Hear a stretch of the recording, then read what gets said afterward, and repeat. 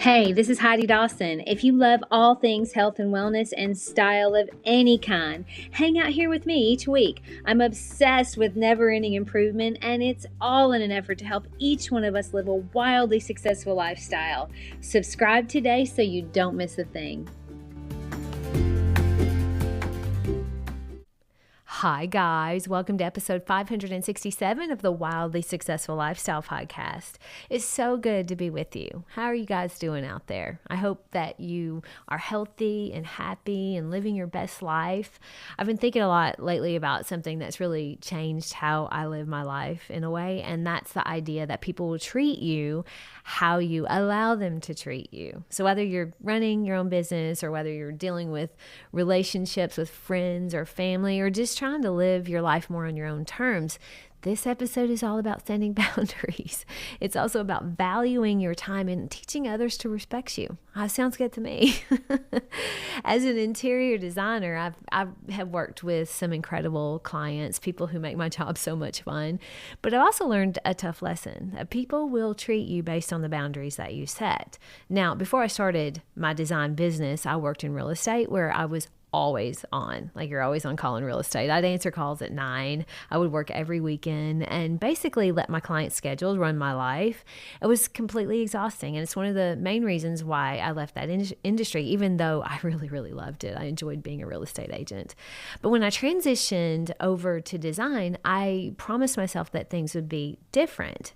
But here's the thing. Clients don't magically know your boundaries. And your cell phones now, they're with us 24/7. And it makes it so people assume that you're available 24/7. And early on, in my design work, I would get texts like 5 a.m. on a Sunday from a new client with an idea that they were just so excited that they had to share. And at first, I kind of felt this pressure to respond right away. I mean, I am running my own business and I want to keep clients happy, but I realized that if I answered that 5 a.m. text, I was telling them it was okay to contact me anytime. And trust me, I was not okay with that. I had one client that would text me at 3 in the morning. Like, he just had these ideas and he would send them to me. And we kind of had a good laugh about it. He goes, "Oh, I don't assume you're going to answer them at 3 a.m. I just send them and then kind of let them go because it gets it off my mind and I never think about it again." And so I laugh because I do keep my phone on silent. So I generally don't get those until I wake up anyway. But I'm not certainly going to respond at 3 a.m. And he knows that and doesn't even expect it. But I had to set ground rules for myself. So I don't take business calls after 5 p.m. unless it's a true emergency, and I don't work on the weekends, period. I mean, if someone texts me outside of these hours, I wait until Monday morning after 8 a.m. to respond. And it's not about being rigid. It's about protecting my energy and building a life that I love. And what I've learned is that people follow your lead. If you act like your time is valuable, others will start to treat it that way too. But if you're always saying yes to every request or answering emails at midnight, you're teaching people that your time isn't worth respecting. And honestly, it's not their fault. It's on us to set the tone. And this really hit home when it came to charging for my time. As a designer, so much of my work happens behind the scenes, like researching and sketching and sourcing materials. And early in my career, I way undercharged, or I would throw in extra hours for free because I wanted to be nice.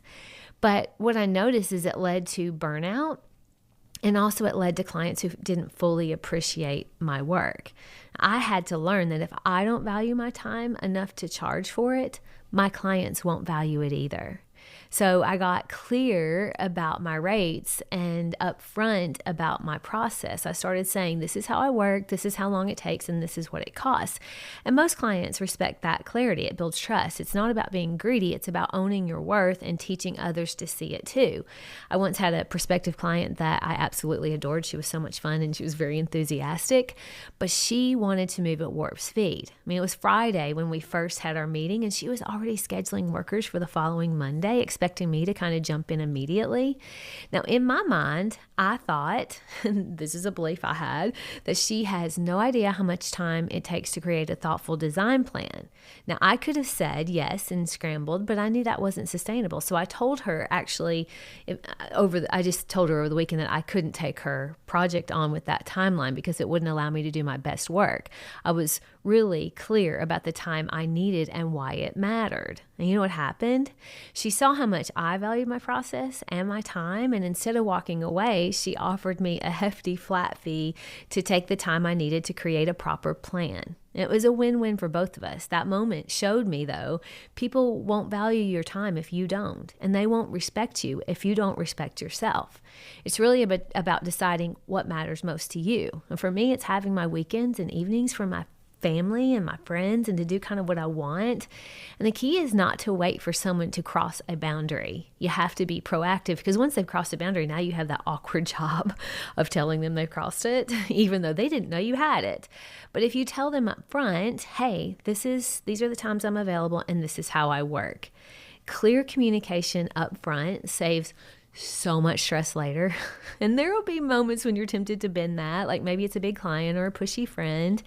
But every time you hold firm, you're teaching people how to treat you. And it gets easier with practice, and the payoff is super huge. Trust me, I know. I've not always been good with setting boundaries, but when you set boundaries, you're not just protecting your time, you're creating a life that feels really good instead of just taking whatever comes your way. Here's my challenge for you this week. It's take a moment to scan your life. Like, where's one place you're letting someone treat you in a way that doesn't feel right? Maybe it's a client emailing you at all hours or a friend who always expects you to drop everything. Pick one boundary to set that protects your time or energy and commit to it. So maybe it's saying, I'll get back to you tomorrow, or I'm not available on weekends. Start small, but start now. You deserve to be treated in a way that makes you feel respected and seen, but you have to set that bar. Share this with 3 people who are working on living their best life. I love you guys. I'll talk to you in a few days. Don't forget to subscribe and share with your friends because we're just going to keep going bigger and better places together, and I love that about us. Talk to you in a few days.